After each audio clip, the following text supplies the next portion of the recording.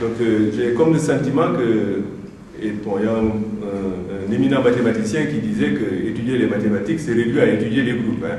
Bon, donc ça c'est Jacques Tix donc, qui disait ça. Bon, on peut tout oublier les mathématiques sauf les groupes. Bon, c'est peut-être qu'il a exagéré, mais c'était pour montrer un peu combien l'idée de transformation semble être au cœur aussi des mathématiques. Hein. Bon, je ne sais pas s'il y avait, s'il y avait cette relation sous-jacente entre, donc, bon, mais par ailleurs, je ne sais pas, je n'ai pas trop bien compris quand tu dis qu'il y a un aspect que tu je n'ai pas compris, quoi. Je voudrais un éclaircissement là-dessus, concernant le fait que tu dises qu'il y a un aspect négatif qui n'est pas tellement dans ta conception, et pourtant tu as cité Héraclite, et celui-là, je pense qu'il y avait le problème de la contradiction qui est au cœur de sa théorie. Hein. J'avais comme le sentiment que l'idée de contradiction n'était pas que tu voulais l'enlever, ou je ne sais pas trop, ou bien je ne sais pas quelle est ta position. Est-ce que tu mets en avant cette idée de contradiction aussi comme présente dans tout, y compris dans les mathématiques elles-mêmes, ou bien est-ce que tu évacues cette idée de contradiction, quoi? C'est un peu cette, je ne sais pas trop bien ce que tu as voulu dire par le fait que tu privilégies la positivité, je ne sais pas trop, par rapport au... Je n'ai pas bien compris trop, quoi. Quelle est ta position par rapport à la contradiction dans tout, en d'autres termes, quoi? Bon, parce que quand même, pour passer d'une étape à une autre, je ne sais pas trop, parce que tu as parlé d'ouverture. Et puis ma dernière question, c'est aussi ta relation avec l'infini. Parce que tu n'as pas... Parce que j'ai le sentiment que ton méta-volet est lié à l'infini, mais tu ne sais pas directement dit. Je l'ai aimé aussi, c'était un éclaircissement par rapport à ça. Donc au fond, il y a trois questions.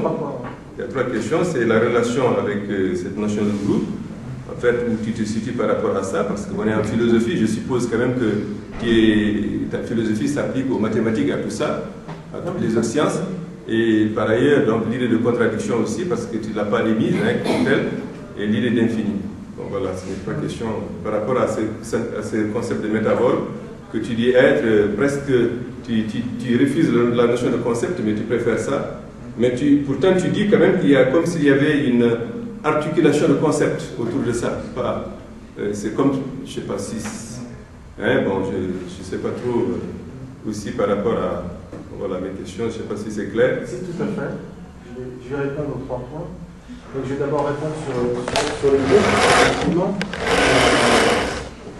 ma réflexion dans les années 70 était partie de ce qu'on appelle la théorie des ensembles en mathématiques, en logique. Et la théorie des ensembles est fondée sur les relations. C'est pour ça que j'ai parlé de philosophie de la relation. Dans la théorie des ensembles, il y a des conjonctions, des bijections, des relations ensemble, qu'on appelle deux ensembles, et puis il y a des relations entre ces deux ensembles. Il y a par exemple des relations de transitivité, etc. Donc je m'étais même forgé le projet d'élaborer une philosophie à partir de cette théorie des ensembles. Donc effectivement, ça transparaît. De nos jours, ça a évolué, la théorie des ensembles n'est pas abandonnée, au contraire, mais elle s'est développée et elle rejoint maintenant ce qu'on appelle la théorie des groupes, qui est due à un philosophe du 19e qui s'appelle Galois, Évariste Galois, et qui est mort en duel à 21 ans. Donc c'était un génie des mathématiques. Il a commencé les mathématiques à 15 ans, et il a élaboré pas mal de thèses qu'il a rédigées dans la nuit avant son duel. Et ce sont ces thèses que l'on appelle aujourd'hui la théorie des groupes, et qui reviennent à l'actualité et qui vont, dans les années à venir, là, très proches, vont constituer les nouvelles mathématiques quasiment. Enfin, retravailler. Mais on ne pourra pas parler des groupes sans parler des ensembles. Je pense que la théorie des ensembles va revenir aussi. Donc c'est une piste tout à fait intéressante, notamment le fait que dans les mathématiques, il y a des relations de transformation, il y a pas mal de choses de cet ordre qu'il faudrait prendre en compte. Je suis d'accord. La deuxième remarque, c'était sur effectivement le négatif et le positif. C'était peut-être pas très clair dans mon exposé, qui était un petit peu aussi spontané et imprévu. Je nie pas la contradiction, sauf que chez Hegel, la contradiction est mise en avant que pour être résolue. Puisqu'on a cette fameuse, pour résumer, thèse, antithèse, synthèse, c'est-à-dire qu'on a une thèse qui vient être contredite dans l'antithèse, et au niveau de la synthèse, on a ce qu'il appelle la contradiction de la contradiction. En fait, cette contradiction de la contradiction, c'est la négation de la contradiction. Et au niveau de la synthèse, on a quasiment cette négation, cette résolution de la contradiction. Donc, dans le système hegelien, c'est un système total, totalitaire, de résolution de toutes les contradictions vers une sorte de savoir absolu dans lequel il n'y aurait plus de contradiction. Par contre, ma pensée s'oriente plutôt vers Héraclite, qui est lui aussi un penseur de la contradiction, mais ce qu'on appellerait plutôt, pour faire une petite distinction, un penseur ou un philosophe des contraires. C'est-à-dire que Héraclite pense les contraires ensemble, il pense le devenir, il pense la lutte, il pense que toutes les choses dans le monde arrivent par la lutte, que cette lutte est génératrice de devenir, mais où les contraires ne se résolvent pas. Quoi. Je veux dire, les contraires s'imbriquent pour se transformer. C'est là où intervient la notion de transformation, c'est que chez Héraclite, il y a des transformations. Hein, quand on reprend ces fragments, on voit que le feu se transforme en terre, que la terre se transforme en eau, que l'eau se transforme, etc. Il y a plusieurs passages sur les différentes transformations. Alors on a dit que Héraclite était le philosophe du feu, mais en fait, quand on lit c'est un symbole, mais en fait, quand on lit ces fragments, on s'aperçoit que les éléments passent les uns dans les autres et que c'est une sorte de panorama des transformations au niveau de l'univers et qu'on est imbriqué dans un système de transformation. Donc, peut-être que plutôt que, je reviendrai sur ce que j'ai dit, plutôt que d'opposer le négatif et le positif et de choisir le positif, c'était vrai que c'était une position de Deleuze auquel je n'adhérais pas en son temps, et que là je reprends à mon compte pour faire plus clair, et je vois que c'est pas plus clair. Donc j'aurais peut-être tendance à l'abandonner et à me ranger du côté d'Héraclite, où on est dans le mouvement, dans un système de transformation, où les contraires... mais ça, cette histoire des contraires, c'est très intéressant parce qu'il y a toute une histoire des contraires dans la philosophie depuis les origines, si on peut dire. Donc chez Héraclite, évidemment. On a aussi les contraires chez Empédocle, un autre philosophe, qui parle de l'amour et de la haine. Et on voit bien que l'amour et la haine sont deux forces contraires, mais qui essayent de s'annihiler l'un l'autre, mais qui restent tout le temps amour et haine. Hein. Alors il y a des moments d'amour et des moments de haine, des alternances chez Empédocle. Et après, il y a d'autres philosophies, comme celle de Giordano Bruno, hein, qui a été brûlée par l'Église en 1600 à Rome, et qui aussi pensait les contraires. Donc, Il y a un petit peu ça aussi chez Spinoza, une philosophie des contraires, quand il parle de la joie et de la tristesse. C'est-à-dire qu'il faut que l'on dépasse la tristesse pour aller vers la joie, mais jamais la contradiction joie-tristesse n'est abolie. Contrairement à Hegel. C'est pour ça que je critiquais un petit peu la conception hegelienne de la contradiction, parce que le but de Hegel, c'est de nier la contradiction. Au final, bien qu'il la mette en avant et que ce soit le moteur de l'histoire et le moteur de tout. C'est vrai que le philosophe de la contradiction, c'est bien Hegel, mais au final, il la nie. Donc c'est pour ça que j'avais une petite réserve sur cela. Et le troisième point, c'est l'infini. Et c'est le point que je n'ai pas abordé, mais qui est capital, parce qu'en fait, toutes ces conceptions que j'ai un petit peu avancées sont liées à l'infini, puisque c'est une ouverture, mais c'est effectivement une ouverture à l'infini. C'est une conception, d'ailleurs, assez spinoziste, puisque chez Spinoza, la nature est infinie. Dès qu'on ouvre l'éthique, la première page de l'éthique, c'est la nature est une substance infinie. Donc, c'est pratiquement le b.a.-ba, l'axiome numéro 1. Et c'est vrai que l'on réfléchit de nos jours dans des conceptions de l'infini, d'un espace infini. C'est vrai que dans les années 80, 90 et tout, l'astrophysique a fait de grandes découvertes. Depuis l'an 2000, elle en fait encore d'autres. Et on s'aperçoit, avant la Seconde Guerre mondiale, on pensait que l'espace était encore observable. Maintenant, on s'aperçoit qu'on découvre des exoplanètes, on découvre des galaxies de plus en plus lointaines. On en est à pratiquement des millions de galaxies, voire des milliards.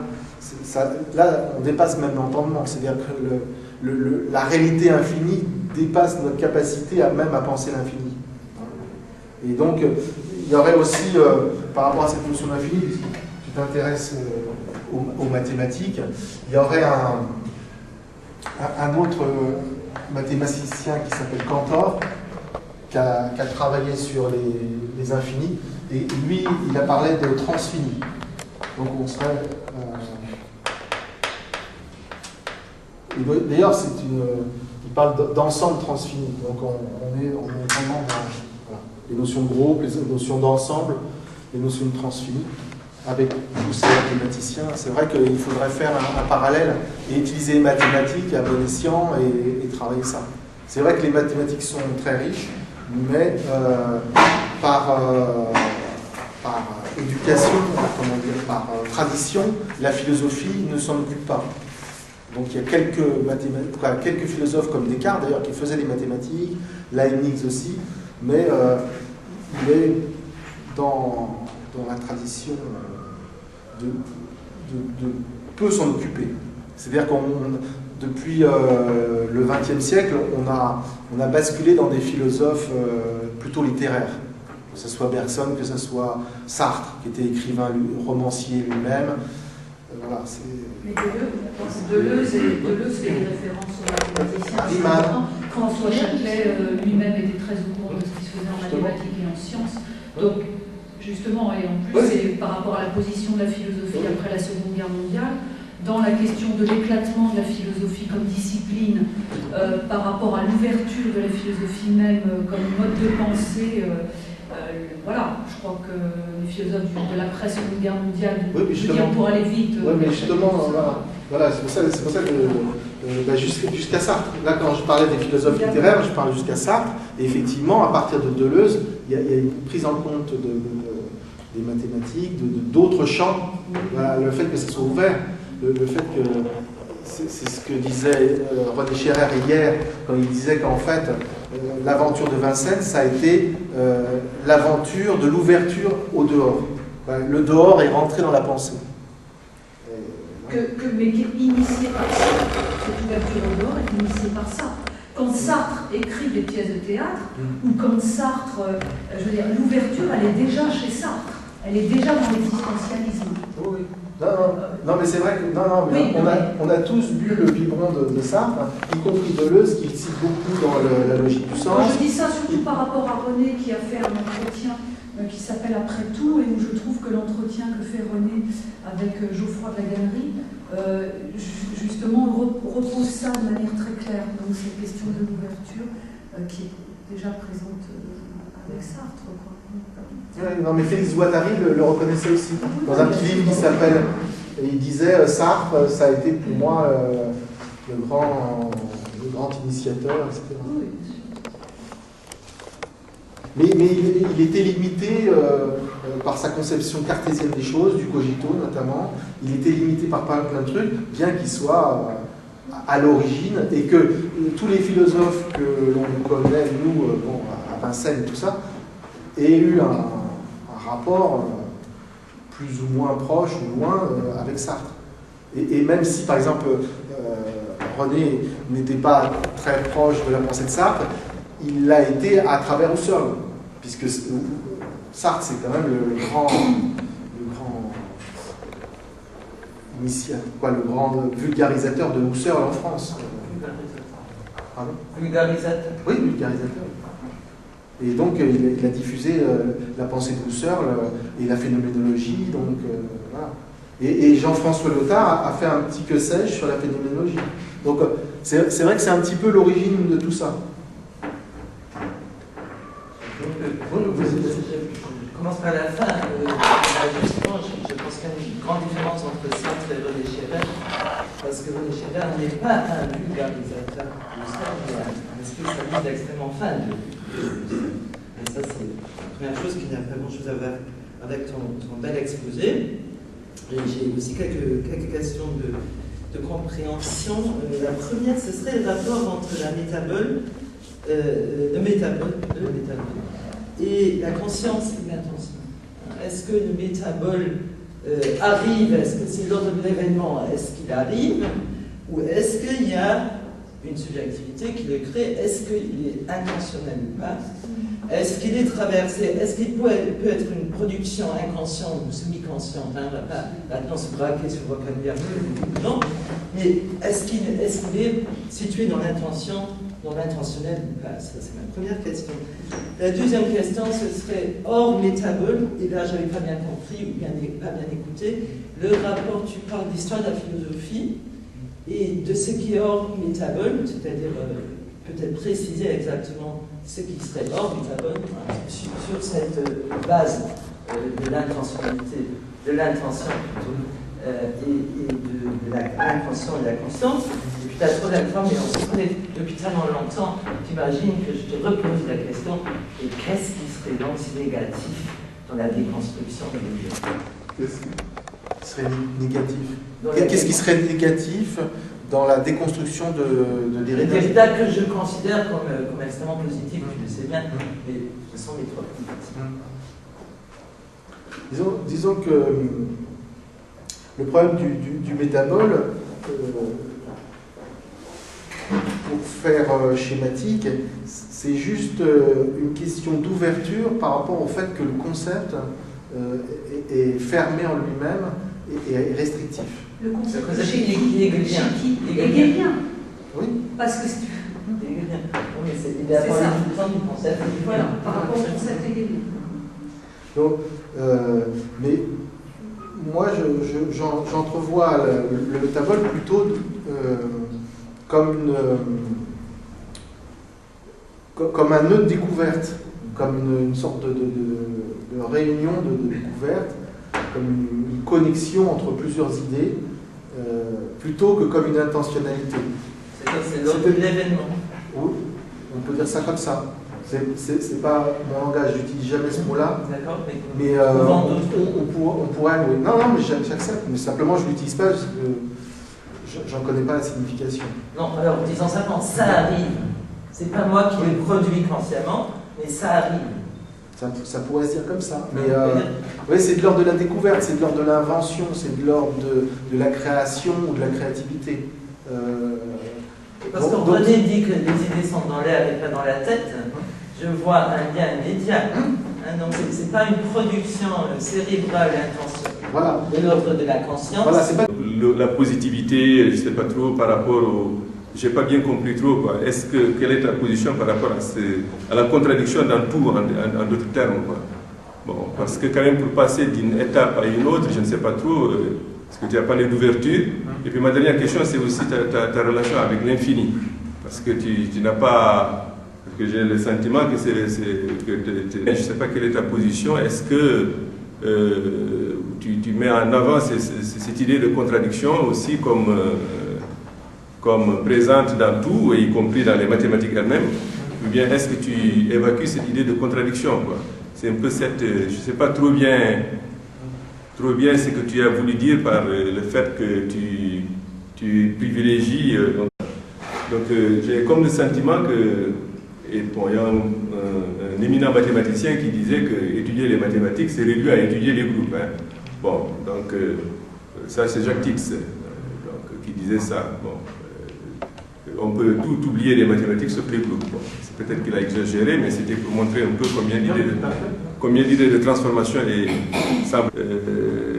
le fait que tu dises qu'il y a un aspect négatif qui n'est pas tellement dans ta conception, et pourtant tu as cité Héraclite, et celui-là je pense qu'il y avait le problème de la contradiction qui est au cœur de sa théorie. Hein.